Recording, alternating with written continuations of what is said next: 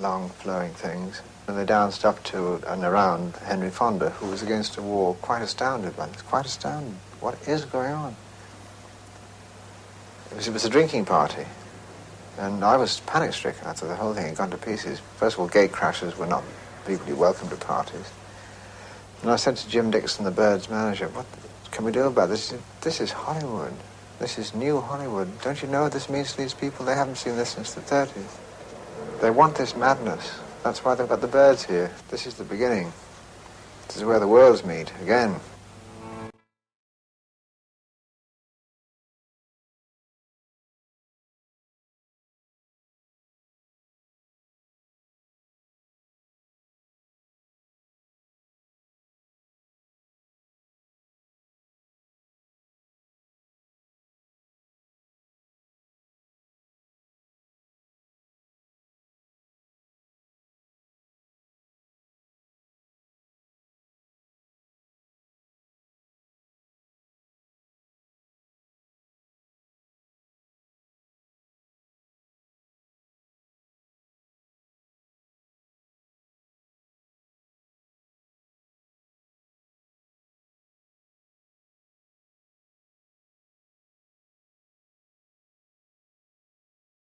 Power to the people. Music should be free. Flowers in the streets. Trees all over. We did many, many, many shows in the park. 10, 15,000 people would show up every Sunday. One time, I had my son on my shoulder. He was about 2 years old. I walked into the park, and it just hit me that I knew every face that was there. And they were all there, always there, every Sunday. And I started talking to them. I said, hi, dig the show? Yes. What do you do? Hey, man, wait for the Sunday, baby. What do you do? Hey, man, it's fun. Just wake up, man, and this is a groove. What do you do? I panhandle. Not once this guy made it work, this guy.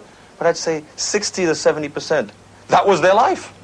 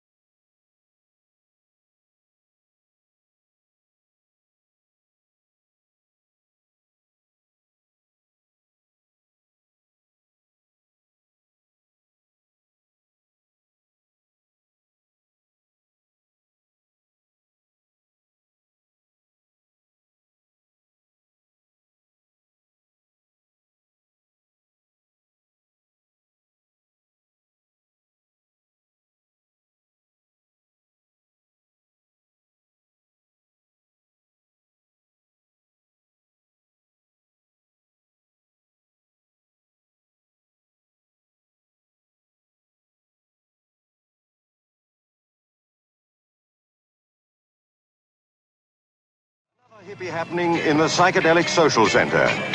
And the beautiful people of London made their flower power way to Beatles, George and John's With It, Aladdin's Cave. Only they call it Apple. It's a new kind of boutique in Baker Street, catering for specialized tastes.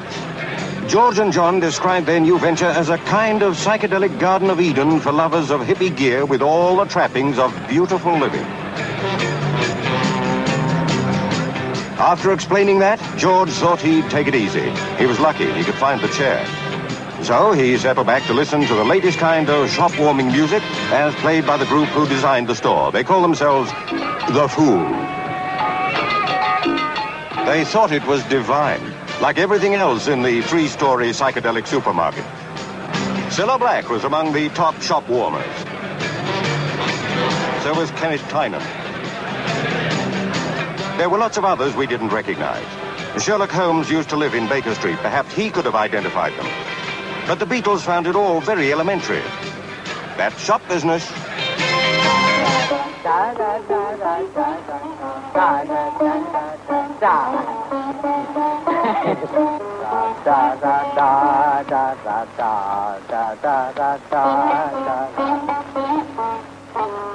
It is strange to see pop musicians with sitar.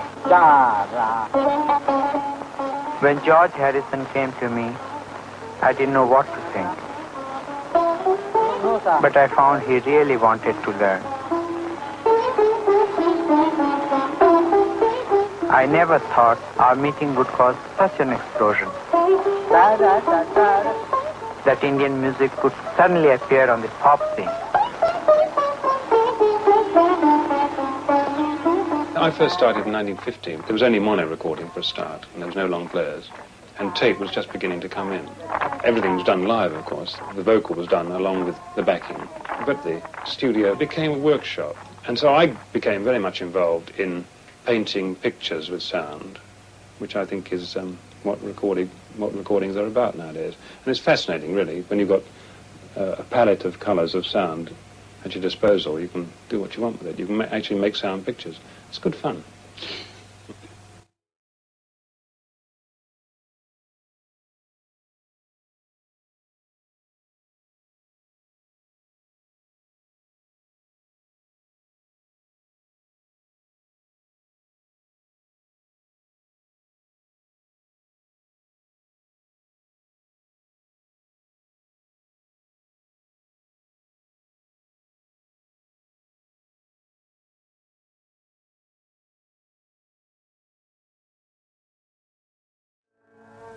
John said to me, I've got a song called Being for the Benefit of Mr. Kite, which is on the Sgt. Pepper album.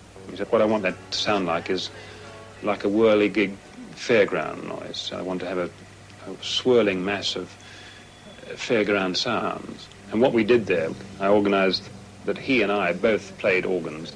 And I'd overdubbed a kind of swirling chromatic run at half speed. And then, in order to give a background effect, I got lots of steam organ tapes and cut them all up. And then I said to the engineer, fling it up in the air, which he did, and then I'll pick up all the bits and join them all together again. And he did that, and I said, let's hear it.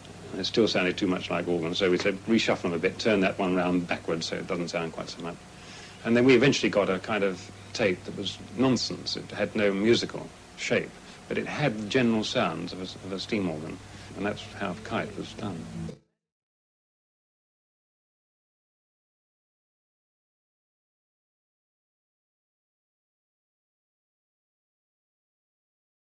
I always was a record man, you know. I mean, I like the studio always best once I got the hang of it and the control of it. I like it because it's complete control. So records is what I was hooked on. I remember singing Day in the Life on a guitar and Mal shouting 1, 2, 3, 4, 5 for the breaks, and it's really like that, and taking the picture on the album. Yeah. And if you look closely at the album cover, you'll see 2 people who are flying and 2 who aren't. That's just a little in-joke. 2 of them didn't share it with 2 others.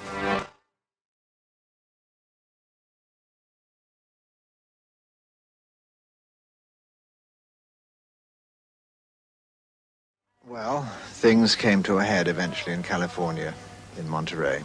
And in Monterey we decided to hold a festival and celebrate all that was being achieved. The idea was to spread music and love and peace and turn everyone on. Turn them onto the good life and the colourful life. To give money away as fast as we could, because we seemed to have plenty of money. If we wanted 100,000 flowers flown in especially from Hawaii, we did. It seemed a good idea at the time. And it was because of that spending power and that willingness, and because we were absolutely chock-a-block with acid, all of us, that it succeeded. But we had order within all that. We weren't just taking drugs all day, but our euphoria was such that we were able to put on a massive festival and bring it off.